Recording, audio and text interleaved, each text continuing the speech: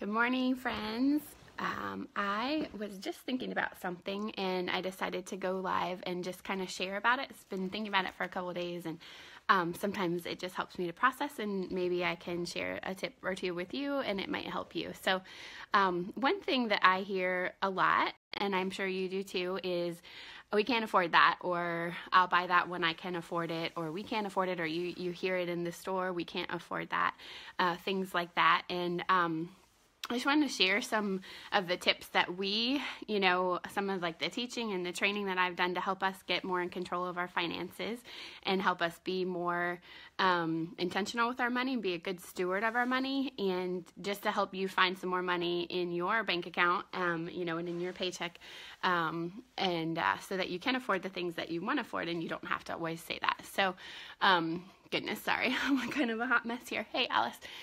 So what I want you to do is think about how much money you made in the last year, like roughly ballpark, you and your husband, just your husband, whatever income you have, and like write that number down.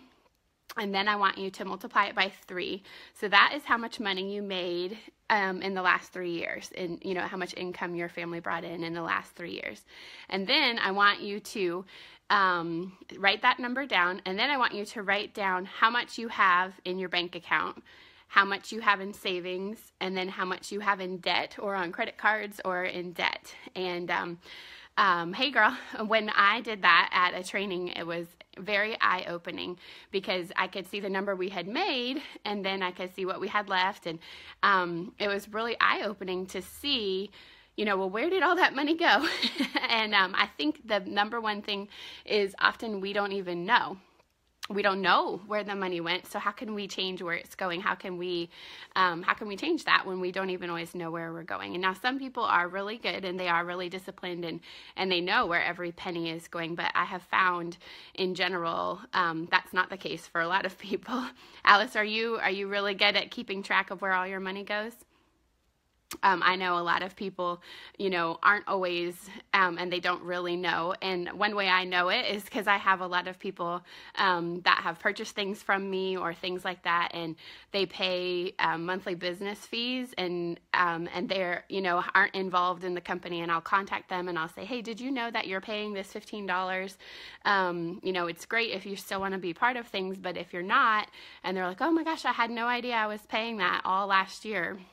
And, that's like a couple $100, that they just didn't even pay attention to. And that's extra money that they could have had in their pocket. But so many of us, don't keep track of it on a regular basis, and we don't know where our money is going.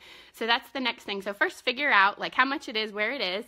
And then you'll know, you can start like just seeing those numbers as awareness. And then the second thing to do is, yeah, you admit you don't always know. Exactly. I think most people don't always know, but often we say, I don't have any money, but we don't know where it went, right? And how can we fix it when we don't know where it went? So what you need to do next is print out your bank statement. So like go online or print it from your phone or however you can, and print it out for the last month or the last 3 months, probably even 6 months if you want to, and print it out. And it'll be pages and pages because most of us just, use our debit cards a lot, and get some highlighters and then go through and write down highlight all of the things that are, the non-negotiables, like maybe your mortgage or your rent, like utilities, things like that, write those, highlight those things that are like those automatic payments that you have, and then get a different color and write down your food. So groceries, write down everything that's groceries, whether, all those different little things that are groceries. And then, in the same color or highlight a different one, all the times of eating out. So, all the fast food drive-thrus or restaurants or gas station soda and candy, things like that, highlight that color. Then highlight, whatever else you have on there, clothing, things for the kids, sporting events, entertainment, red boxes, and things like that, going out to the movies, or, activities like that, and highlight all those different things. And then, you can start to see where your money is going, because if you don't know where it's going, how can you change anything? And when we did that, it was really eye-opening, and you can start to even see, like, so many people, they don't even really know how much do we spend on our electric every month? Is it the same every month? Is it, like a lot of people don't even pay attention. And you can, choose to start making tweaks on some of those areas. Some expenses we can't control, but many of them we can. So you can, raise the temperature in your house and just put on another sweatshirt, and then you're going to save, a little bit of money on that. You can just kind of pay attention to how much you're spending on gas, and choose, to combine your trips instead of going out like, oh, let's go to the store, let's do this, like kind of combine your trips when you're out. And so you're going to spend less on gas. There's lots of little ways like that you can, once you kind of see where your big expenses are. And of course, eating out, fast food, you can tell how much you're spending on that. And often, so many of us, we buy groceries and we have them in our house. And I always say the most expensive ingredient is the one you had to throw away because it went bad and you didn't use it. And so often, we get groceries, but then we're like, oh, I don't feel like cooking. And then you go out to eat, and then you have to throw away those groceries or those ingredients that you didn't use. And that's just money in the trash, basically. And as eating out a ton is going to be way more expensive than if you prepared it at home, and it's also not as healthy for your body in general most of the time. So working at home, yeah, that's great. That saves a lot. I think there's been different places where we've lived that I've saved on gas for that reason too, or if the kids rode the bus or not, or different things like that, for sure. So anyway, that's a couple tips to just pay attention. You have to know where it's going so that you can be a good steward of it, because if you don't, if you don't know where it's going, how can you change it, right? So share your trips. I see a lot of you guys are on here. So once you're aware of it, you can start to make those small changes, and it's hard to do it overnight, but you can start to just, like I said, be aware, like, okay, well, we could change the temperature. We could choose, we're only eating out twice this month. If you eat out normally 5 times, if you eat out 10 times a month, change it to 7 times. Like, just start making slow changes. You don't have to change everything overnight. And one thing I like to suggest to people is to pay yourself. So I used to be a crazy Starbucks addict. I'll just admit it. I went almost every single day, sometimes twice a day when we lived in Colorado. And I said it was because it was cold, and I had 4 kids, and I deserved it, and it made me happy. And I don't think it's wrong to, to have things we enjoy in our life and to spend money on things. But that wasn't serving me or our bank account, very well. And so I started to stop doing that. And every time I would want to go get it one and I didn't, I took that $5 and I put it into a separate account. So you can open up a separate account and just move that money over. So move it from like your general checking and just move. You're allowed to do that when you have a lot of accounts, or it's your same account. You can do that really easily. And so move that over. So if you're in Target and you wanted to buy a new lamp or pillow or a shirt or something like that, and you chose not to buy that shirt, put that $17 or $25 or $10 and move it over into a separate account. And then you'll start to see it add up, those little small decisions, and you'll start to see, wow, like I do have more money than I thought, or I have more control of my money when you're paying attention, to where it's going, like that. Does that make sense to anybody? Or, if you use cash, or a lot of people, do cash or envelope systems and things like that, and then you can physically have it and you'll see kind of where it's going. So, a couple other things is you also need to know what you're saving for, or why you're saving, or why you're choosing not to buy a certain thing. Because when you don't have a goal, there's a verse that says a man without a vision will perish, and I think your finances will perish if you don't know what you're saving for or why you're being a good steward of it. And so you need to decide, like for us, we decided we wanted to go on a Disney cruise when Brian got back from deployment. And 6 people on a Disney cruise is not cheap. And so we purposely were very, very intentional with our money and with our choices. And the kids would say, let's go out to eat after church. And we would say, nope, let's save it for the Disney cruise. And that would save us, $25 that's towards it. And the moment $25 doesn't seem like a lot, or even 5 or 10, but added up over time, we could see that account. We put it in an account and we could see it growing and growing.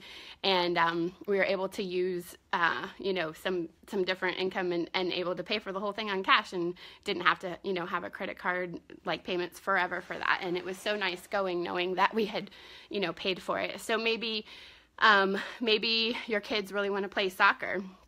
But you don't really seems like you don't really have the finances for that at this time. Then you can, start saving up those little things, start saving in little ways. A lot of it is eating out and groceries and coffee and treats like that, by thinking that we deserve things, or clothes. I know Amazon is so easy to just quick and order all these little things all the time, but if you have a reason, okay, I'm going to save up that $45 registration fee over the next 2 weeks, like you probably can. I know, like our church, we have snacks at church before our life group.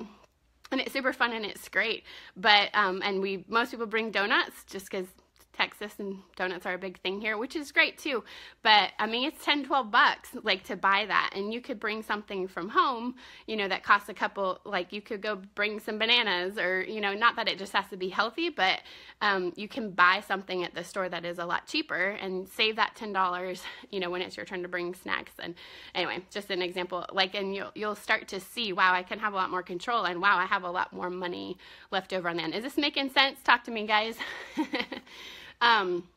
Another thing about that is most of us, or a lot of people, spend 100% of what they make, and they live, paycheck to paycheck.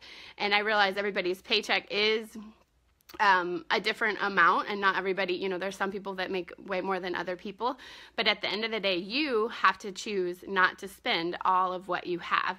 And a good tip is to live off 70% of it. And you might have to change your lifestyle a little bit. You don't get to go out to eat as much, or you don't get to, to buy those extra things or go on as many trips. With our kids, we don't do a whole lot of activities. We don't go to the movies, regularly, because it's a lot to add. It adds up, and we would rather save that money and do it for something that's more meaningful for our family. So, a way you can actually set it up with your bank accounts is, like a 70, 10, 10, 10. So 70 is like what you're going to live on regularly, and 10% would be your tithe, and 10% would be towards debt, and then 10% towards investing, depending on whether you have debt or you have investing or saving or things like that. But you can have it set. We have our account set up that money goes in, and then a portion just goes out right away. We don't even see it. And then you can start to see those, like I was telling you about having those separate accounts, you can start to see it adding up, and it's exciting. And when you don't know where it's going or seeing where it's going, and you're like, oh, we're not saving anything. But those 5 and 10 and 20, it adds up really, really quickly. So just, if you could see that these little sacrifices now of not spending everything you make is going to add up to bigger things, you would do it, and you would say, okay, I'm not getting that Starbucks today. I'm not getting Chick-fil-A today, because you can see where it's adding up to something bigger. It goes back to where that goal is of, is it for a house, for a down payment, for a new car, for a memory, for a vacation, so I think so often we just say, well, I want this now, but then we stay stuck and we never grow forward. You haven't eaten out all this year? Yeah, that's awesome. That's so great. We have, I think, once or twice, not much this year at all, and it saves a lot, doesn't it? It adds up a lot. So yeah, if you don't tell your money to go, other people will tell it where to go for you, or your money will go where others tell it. I said that wrong. If you don't tell your money to go, your money will go where others tell it. They'll say, you need to pay this, you need to pay this. And I mean, there's somebody always, a bill or this or that telling you what you need to pay for, versus you saying, okay, this is our eating out budget, this is this budget. And so in order, if you do have a lot of debt, then you have to live on less, and eventually you're going to be able to spend more once you have that freedom. But if you just continually live in a place where you're never climbing up out of the bucket, you're just staying stuck, you're never going to get out of it, and you're never going to want. I think a lot of people think, well, I deserve to go on a vacation, but you don't deserve to go on a vacation until you can afford it. And you don't just deserve to put it on a credit card. If you don't have the money for it, then, no, you don't deserve that vacation. You deserve live on less, save up, and then go on that vacation when you can pay for it. a little tough love. Helps with everything. The kids don't ask when they aren't used to going. Yeah, it's true. My kids, like, they never ever ask for a toy at the store because I rarely ever buy them a toy at the store, and that's just kind of, we've just made that a habit. And yeah, and it helps a lot. And then we're able to, to do things that we really want to do versus, so the small decisions add up. It's worth the hard decisions and sacrifices to not have financial stress in your life. If you think about it, the biggest cause of stress a lot is money related, fighting over money. And money itself isn't wrong, but the love of money is what is wrong, and can cause all kinds of, issues and tension and stress. And so we want to get a place where you have more freedom with it. And it doesn't just mean having more of it. It means having more control over it. Hey. So anyway, that's that. Any more thoughts? What else was I going to say? Oh yeah. Along with that note is that more money doesn't make you happier. If you think about, the people who, rich and famous movie star people that died recently, like Whitney Houston and Prince and Michael Jackson, tons of money, millions, billions. I don't even know what they had, but they died alone with no family, with no friends. And their money didn't make them happy. They committed suicide, most of them. And, so more money isn't the goal, but, how you spend it and how you have control over it. And, is always is what is more important. One more thing. What else was I going to say?